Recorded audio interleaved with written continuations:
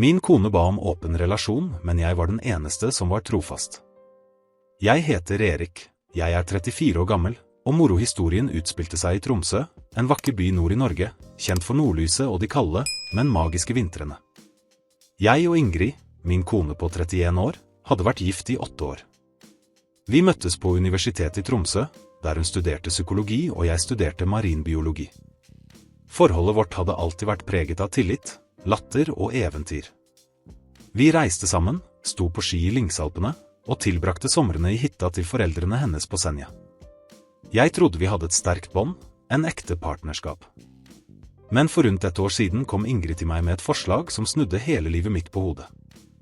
Hun ville ha et åpent forhold. Hun presenterte det som en moderne idé om frihet og utforskning. Hun snakket om hvordan mange par i Oslo og Bergen eksperimenterte med polyamori og åpne forhold, og at det kunne være sunt å slippe presset om å være alt for hverandre. Jeg var skeptisk, men hun var overbevisende. Hun sa at hun fortsatt elsket meg, at dette ikke handlet om å forlate meg, men om å utvide horisonten vår. Jeg ønsket å være en forståelsesfull partner. Jeg ønsket ikke være den som holdt henne tilbake, så jeg gikk motvillig med på det. Vi satte regler. Vi skulle være åpne om alt, alltid bruke beskyttelse, aldri involvere venner eller kolleger. Vi lovet at ekteskapet vårt alltid skulle være første prioritet. Men virkeligheten ble annerledes enn jeg hadde forestilt meg. Ingrid begynte raskt å møte andre menn. Hun lastet ned Tinder, allerede den første uken hadde hun 3 dater. Hun fortalte om dem med en glød i øynene jeg ikke hadde sett på lenge, men det var vondt å høre. Jeg prøvde å gjøre det samme, men oppdaget fort at hjertet mitt ikke var i det. Jeg ønsket ikke andre. Jeg ønsket henne. Ukene gikk, og Ingrid ble mer og mer opptatt av sitt nye sosiale liv. Hun begynte å dra på helgeturer til Oslo for å møte en fyr hun hadde truffet på en konferanse. Han het Marius, var fotograf og reiste mye rundt i landet for å ta bilder av fjorder og fjell. Hun beskrev ham som bare en venn med fordeler, men jeg kunne se at det var mer enn det. Hun kom hjem med et smil som ikke var for meg, og med historier hun ikke alltid fortalte helt ut. Jeg prøvde å fylle tiden min. Jeg jobbet lange dager på Havforskningsinstituttet, deltok i feltarbeid langs kysten av Lofoten, og tilbrakte kveldene med kamerater fra klatreklubben. Men hver gang jeg kom hjem til den tomme leiligheten vår i sentrum av Tromsø, følte jeg et stikk av ensomhet. Jeg hadde gått med på et åpent forhold, men det føltes som om jeg bare hadde gitt henne friheten til å forlate meg litt etter litt. En kveld, midt i februar, da snøen la seg tungt over byen, konfronterte jeg henne. Jeg spurte om hun fortsatt elsket meg. Hun nølte. Hun sa at hun gjorde det, men at kjærligheten hadde forandret seg. Hun følte seg friere nå, og hun mente det var sunt for henne å utforske den siden av seg selv. Jeg, derimot, følte at jeg bare ble stående igjen og se på.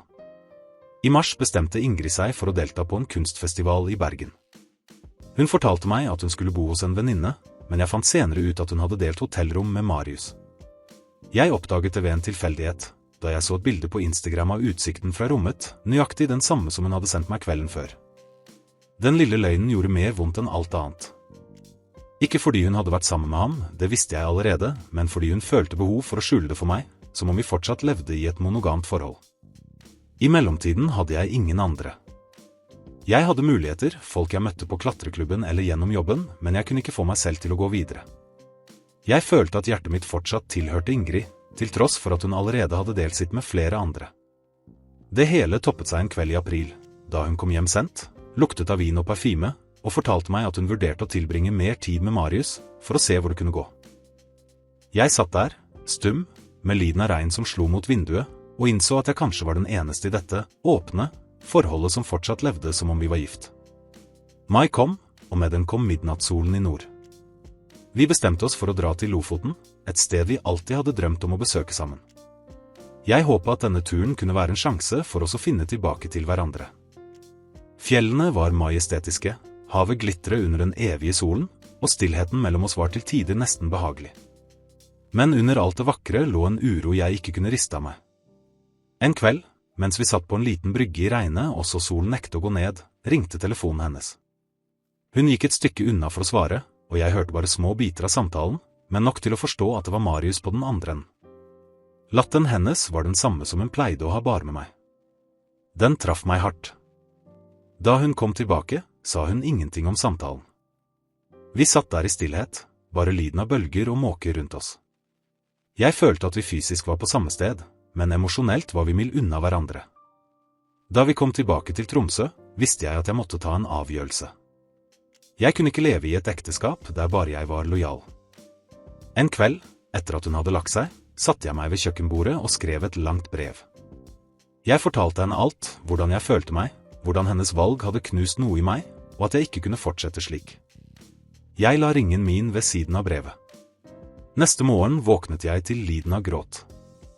Hun satt ved bordet, med brevet i hendene. Hun ba meg bli, sa at hun kunne endre seg, at hun ville være bare med meg igjen. Men jeg hadde allerede tatt min avgjørelse. Jeg pakket en bag, tok på meg jakken og gikk ut i den kalde, klare luften. Fjellene lå der som alltid, urokkelige og vakre, og jeg visste at livet mitt aldri ville bli det samme. Livet gikk videre. Såret, men levende. Og jeg gikk videre sammen med det. Hvis du noen gang har opplevd noe lignende, eller kjenner noen som lever gjennom noe slikt, del denne historien. Kommenter nedenfor. Ville du ha godtatt et åpent forhold? Tror du det finnes en vei tilbake etter utroskap? Abonner på kanalen for flere sterke historier som denne. Gi en tommel opp og slå på bjellen for å ikke gå glipp av de neste fortellingene. Del med en venn som trenger å høre dette i dag.